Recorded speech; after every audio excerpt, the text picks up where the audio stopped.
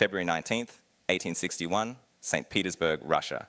Tsar Alexander II signs a document that frees 23 million people.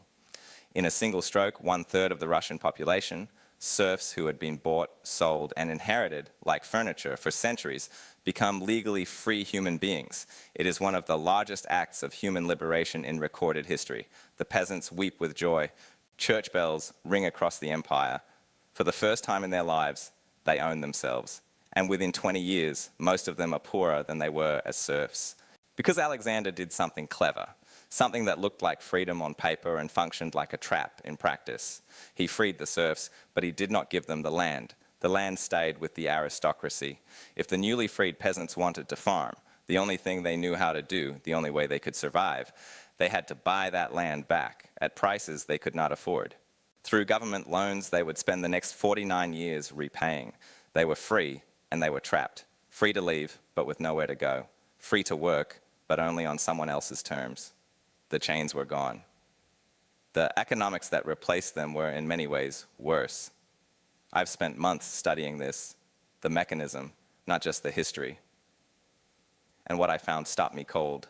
Because there is a country today running the exact same play, not with serfs, with an entire generation. A generation that is legally free, technically prosperous, told it can do anything, and quietly locked out of the one asset that built middle-class wealth for a century. Stay with me. Here is what most people get wrong about the emancipation of the serfs. They treat it as a moral story. A good czar freed the slaves, and history moved forward. And the liberation was real. Nobody should minimize what it meant to no longer be property. But focusing only on the moral dimension causes people to miss the financial mechanism underneath it. The mechanism that turned legal freedom into economic imprisonment. And that mechanism is not a relic of Imperial Russia.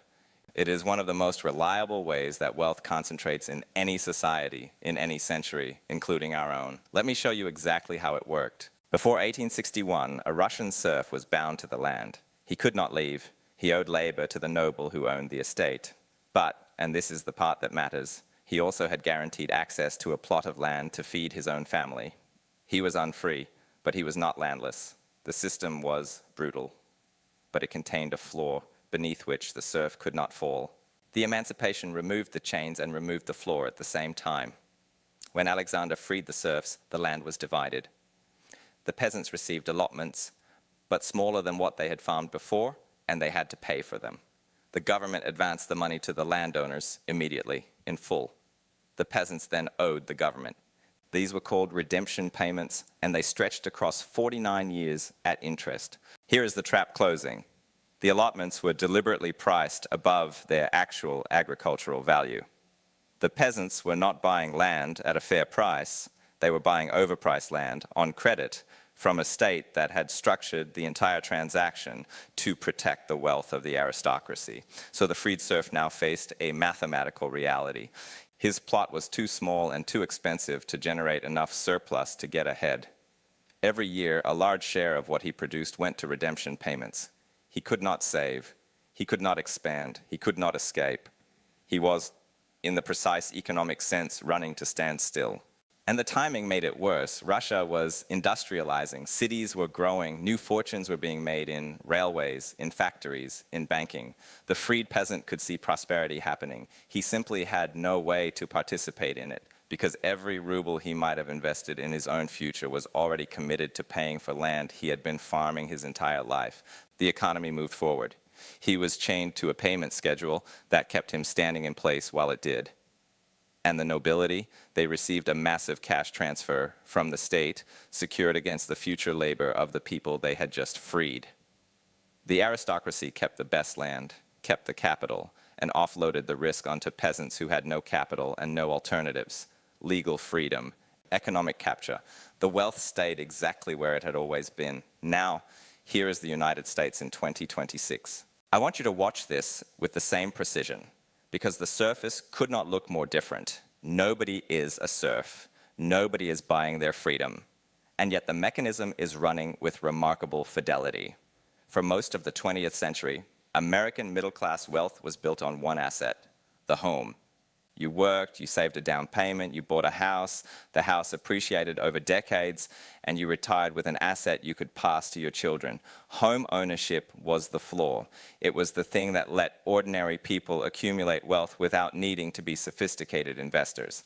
Buy the land, hold it, let time do the work. That floor is being removed. Consider the numbers.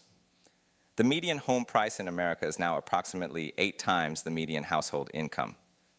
The historical norm, the ratio that prevailed when the middle class was actually accumulating wealth, was closer to 3 or 4 times. Housing has become roughly twice as unaffordable relative to income as it was for the generation that built the American dream. In 1971, a single factory worker could buy a house, support a family, and retire with an asset on one income. Today, in most major American cities, 2 full incomes are not enough to afford the median home. The math that made the middle class possible has quietly inverted. And the generation entering adulthood now is the first in modern American history statistically projected to be worse off than their parents, not because they work less, because the floor has been removed. And here is where the modern version of the redemption trap appears. Just as the Russian state structured the emancipation to keep land in the hands of those who already held capital, the modern housing market has structured itself so that those who already own assets keep acquiring them, while those who don't are locked out. Large institutional investors, private equity firms, asset managers have purchased hundreds of thousands of single-family homes. One firm alone controls a portfolio of hundreds of thousands of houses. They are not buying homes to live in, they are buying the floor and then renting it back. Think about what this means structurally. A young American today is, in many cases, free in exactly the way the freed serf was free. Free to move, free to work, free to choose an employer, but increasingly unable to acquire the one asset that converts labor into lasting wealth. The home that their parents bought for 3 times their income now costs 8 times theirs. And while they save toward a down payment that keeps receding, they pay rent, often to the very institutions that outbid them for the house. They are running to stand still. Here is the critical part, the part that makes this a mechanism rather than a coincidence. In 1861, the redemption payments transferred wealth upward continuously, year after year, for half a century. Rent does the same thing. When a young family pays rent, they are not building equity. They are transferring wealth to the asset owner. Every payment makes the landlord's position stronger and their own position no better.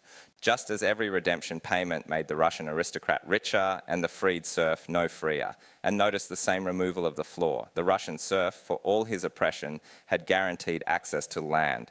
The modern renter has no equivalent guarantee. Rents rise, leases end. The security that ownership provided, the floor beneath which you could not fall, is precisely what is being withdrawn from an entire generation. Now, why does this happen? Why do societies keep running this play? Because it is enormously profitable for those who already hold assets, and because it can always be dressed in the language of freedom and progress. Alexander's emancipation was celebrated across Europe as an enlightened reform, and it was legally. It was also, financially, a mechanism for preserving aristocratic wealth through a period that could have threatened it. Both things were true simultaneously. That is what makes the mechanism so durable.